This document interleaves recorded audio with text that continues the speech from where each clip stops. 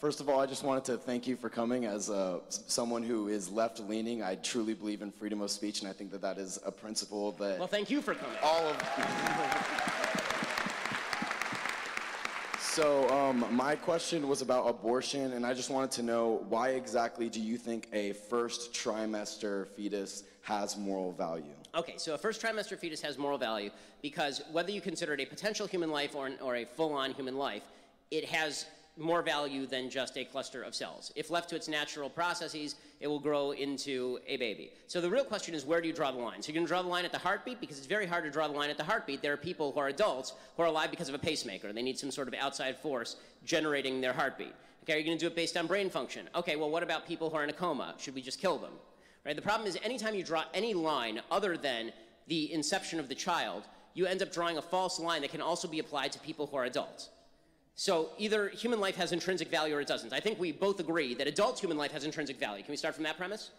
I believe that sentience is what gives something moral value, not necessarily being a human alone. Okay, because, when you're asleep, can I stab you? I'm still considered sentient when I'm asleep. Okay, if you are in a coma from which you may awake, can I stab you? Well then, no. I guess not. I mean, like, I'm glad you answered that, because I have no interest in actually murdering you. But that's still potential sentience, and it's still a potential... Like, I agree, it is potential sentience. You know what else is potential sentience? Being a fetus. The issue with that...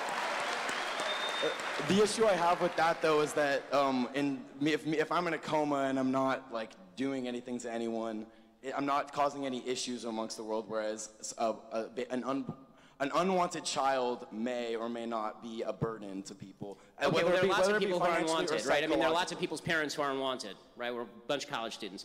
You know, the problem is that now you're shifting the argument, right? Before you were making the argument based on the intrinsic value of a life based on sentience, and now you're talking about the level of burden that somebody presents as a separate moral argument. Okay, I don't believe that you being a burden on somebody is justification for them killing you, as a general rule.